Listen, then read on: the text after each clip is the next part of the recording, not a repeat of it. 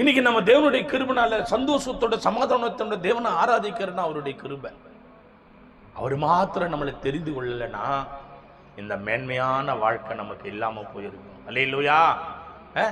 அப்போ அவர்தான் நம்மளை புகழ்ச்சியா வச்சுருக்கிறார், அவர்தான் நம்மளை கீர்த்தியா வச்சுன்னு இருக்கிறார். கர்த்தருடைய கிருபை.